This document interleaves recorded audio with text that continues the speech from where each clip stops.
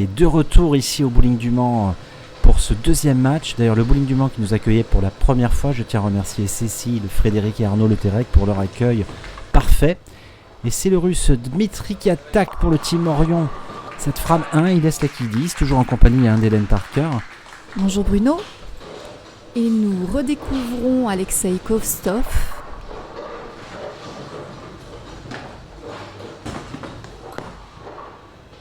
Avec son style très classique et qui laisse 4 quilles. 4 quilles, il n'a pas bien joué cette boule. Il arrive complètement à gauche. Et le Russe sur son spare.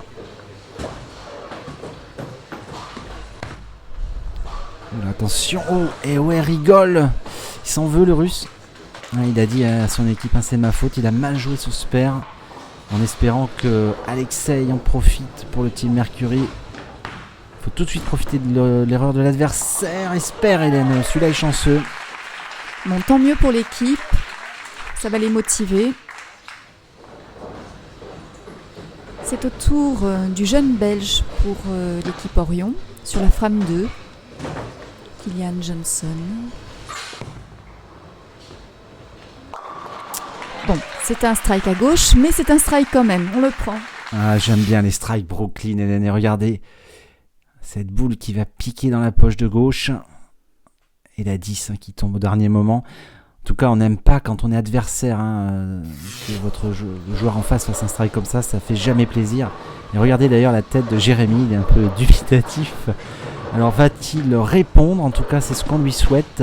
Il faut répondre, l'équipe a fait un strike, il faudrait qu'il en fasse un. C'est parti. Ah, dommage, il laisse le baby split. Ça n'a pas l'air simple, ces pistes. Pourtant, c'est un village assez classique, assez simple à jouer. Mais j'ai fait le test quelques semaines avant ce tournoi. Et en fait, il ne faut pas aller sur les bords. Il faut vraiment jouer dans la piste, voire contre-piste. Et pour le moment, les joueurs n'adoptent pas cette stratégie. C'est pour ça, je pense qu'ils ont du mal. Alors, Vladimir Zverskov, le Russe, boule pleine tête. Et il laisse 2 quilles. On pourrait penser que ce soit plus favorable pour les gauchers. On pourrait le penser, mais apparemment non.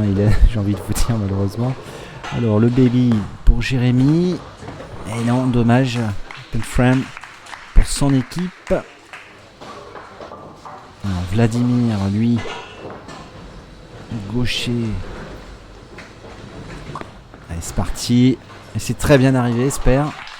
Et pour le moment, c'est une bataille de spare, Hélène. J'ai envie de vous dire. C'est l'équipe qui va faire le moins d'erreurs de spare qui devrait gagner le match. Oui, j'allais dire, pour celui qui est le plus précis, Edward Karl. Ah, il touche pas la 1 et il laisse une figure compliquée à fermer. Il n'est pas dedans pour le moment, le jeune joueur suédois. Alors l'anglais, Karl Buckley, va-t-il en profiter? Pour le moment, son équipe a un avantage de 6 quilles. Concentration. Jeu assez classique. Boule qui n'est pas arrivée pleine poche. Il laisse encore une belle-mère. Qu'est-ce qu'on la voit, cette figure, ici au Bowling du Mans.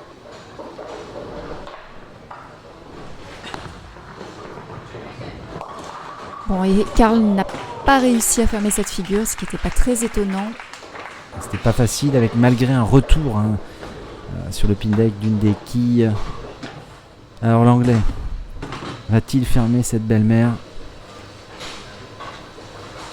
C'est un peu le nom de la figure qu'il a laissé sur le pin deck. Et non, malheureusement. Aïe, aïe, aïe, aïe. Manque de réussite, manque de précision. C'est pas facile. Alors, Christopher Vial, le capitaine du team Mercury, va-t-il striker? Lui, il joue avec une uréthane. La boule est pas parfaitement pleine poche. C'est pour ça qu'il laisse la 7, mais il est sérieux. Il parle un peu avec Ross Oviat. Il a l'air de dire quand est-ce qu'on va striker. C'est pas simple, j'avoue. Et Ross se pose des questions, lui aussi. On voit qu'il cherche la ligne de jeu là, où il y aurait le plus de marge. Mais je vous le dis, ils ne jouent pas où il faut. Ils sont trop dans la piste. Il faut qu'ils montent au pied. Il est trop au bord. Et la zone est assez aléatoire. Là, ouais, elle pique la boule. Voilà, 3-6-10. Alors Ross Oviat est un joueur qui joue en 16 livres. Et tout comme Christopher Vial d'ailleurs. Effectivement, Hélène, les deux seuls joueurs de ce match qui jouent avec le poids maximum, 16 livres.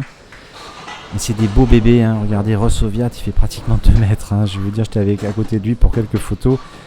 Avec mes petits 1m80, je me sens très petit. 16 livres, c'est une bagatelle pour lui. Regardez à quelle vitesse il envoie ça. Et voilà, Sper. Il joue l'Esper à 35 à l'heure, pour vous dire. Allez, on retrouve Brian McCann. Ils sont à moins 20 pour le moment, le team Mercury. Ils sont dos au mur. Le joueur de l'Ohio. Encore une belle mère, Hélène. Il a eu un petit problème d'équilibre là.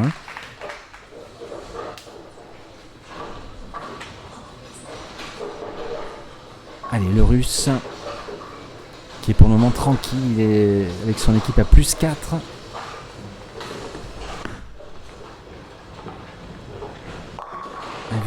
Vous avez vu Hélène là c'est ce que je vous disais, il a joué la boule au bord, elle n'a pas eu de friction, elle ne revient pas. Il faut surtout pas jouer dans cette zone. Et là vous avez vraiment l'explication pourquoi il n'y a pas de strike pour le moment. Il ne joue pas où il faut. Allez, Brian, qui lance sa boule très loin. Oh, il est allé chercher la quille de derrière, la plus difficile. Et in open encore. 82 à 63 pour le team Orion qui sont en avance. Alors attention, parce que s'ils prennent ce point, ça fera un match partout. Donc ils vont être remotivés en tout cas. Il ne faut pas le rater celui-là. Ouais, bien joué pour le Russe. Bosper. Il met un peu la pression sur son collègue Alexei. Sur la frame 6. Qui est un jeu, lui, relativement classique. Une approche assez stable. Voilà, un geste classique. Et la boule à gauche encore. Il manque un peu de vitesse, je pense, sur ces pistes.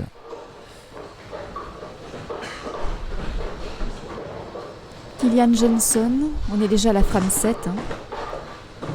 Ça enchaîne en Baker System.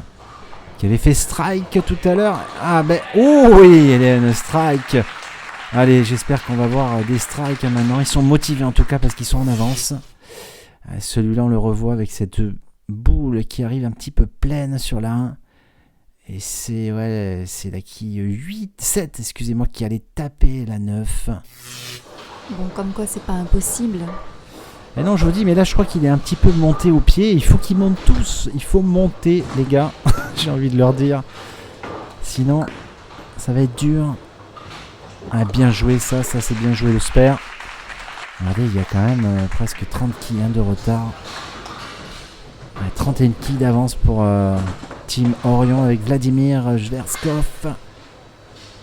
Qui visualise sa ligne de jeu. Il a l'air motivé et volontaire. C'est parti. Et strike, Hélène. Alors c'est parti peut-être pour le Team Orion. Ça y est, ils ont compris. Ils enchaînent les strikes. Alors là, attention, moins 51 pour Jérémy. Il va falloir qu'il réagisse pour son équipe. Je ne les vois pas prendre le point, Hélène. Moi non plus. Ah, encore un. Belle réaction du Français. Et vous avez vu, il est monté au pied. Et il joue plus dans la piste. Et il va chercher le break moins loin. Et là, ça a l'air d'être stable. Alors. Il aura quand même fallu une partie et demie, presque 2. Pour analyser, c'est vrai. Alors l'anglais, qui lui aussi est monté. Et ça y va. Ben oui, mais voilà, c'est parti. Alors là, on n'avait pas un strike tout à l'heure. Et ça enchaîne. Alors est-ce que le Belge... excusez-moi, le Suédois... va-t-il en faire autant? Il est monté aussi au pied, lui, regardez. Et voilà. Et ben voilà, strike. Bon, mais il n'y a pas de miracle. Alors là, attendez, parce que ça enchaîne depuis tout à l'heure beaucoup de strikes. Je vais faire un point sur les scores. 154-113.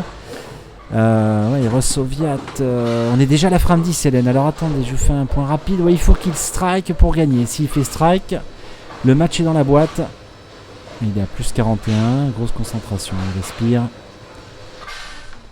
Et lui aussi, regardez, il est monté au pied, il a changé de trajectoire. Oh non, 7-10 là-dessus. 7-10 là-dessus, Hélène, c'est pas vrai. Alors là, il avait bien joué. Regardez cette boule, et là, elle est dans la bonne zone. Alors la 7, je veux bien, mais la 10, non. Oh là là. C'est dommage. Attention, parce que si Christopher Vial fait un strike là, et que Brian McCann fait un strike, ils peuvent revenir. Il faut strike impératif pour l'Américain. Et oui, strike. Alors là, quelle remontada, comme on dit. C'est la remontée infernale du team Mercury. On la revoit celle-là aussi au ralenti. Regardez. La 6 qui tape le kickback et qui enlève la 10. C'est très bien joué. Ils sont motivés, Hélène.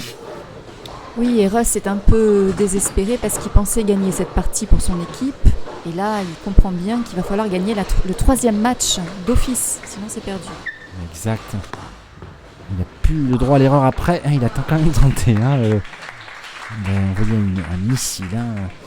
Et regardez, alors c'est pas encore fait parce que il a besoin du strike. Là, il faut strike. Regardez, strike et 4 quilles pour gagner. Il a la pression, l'Américain. Il a reposé la boule. Il était un peu pas concentré à 100%. Alors c'est reparti. Il se remet dans sa bulle de concentration. Il lui faut strike, sinon c'est perdu. C'est parti. Oh, strike! Oh là là, ce strike, Hélène. C'est vraiment très bien joué. Et à côté de ça, ils ont quand même la réussite que n'a pas l'équipe Orion. Alors, on la revoit au ralenti, cette boule. Alors, regardez la 1, c'est la 1 qui tape là-bas. Ouais, la 1 qui revient sur la 10. C'est incroyable. Et regardez la 10, hop, qui tombe au dernier moment. Et voilà, c'est comme ça qu'on mène 2-0. Donc il allait chercher une autre boule. C'est pour faire un test pour la partie suivante. Une boule qui doit avoir une réaction différente, qui va un peu plus loin. Et il laisse la 7. La cause est entendue. Et ça fait 2-0 pour l'équipe Mercury.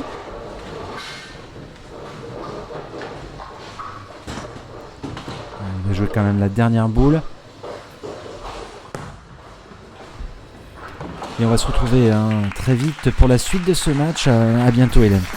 À bientôt pour le 3e match, Bruno.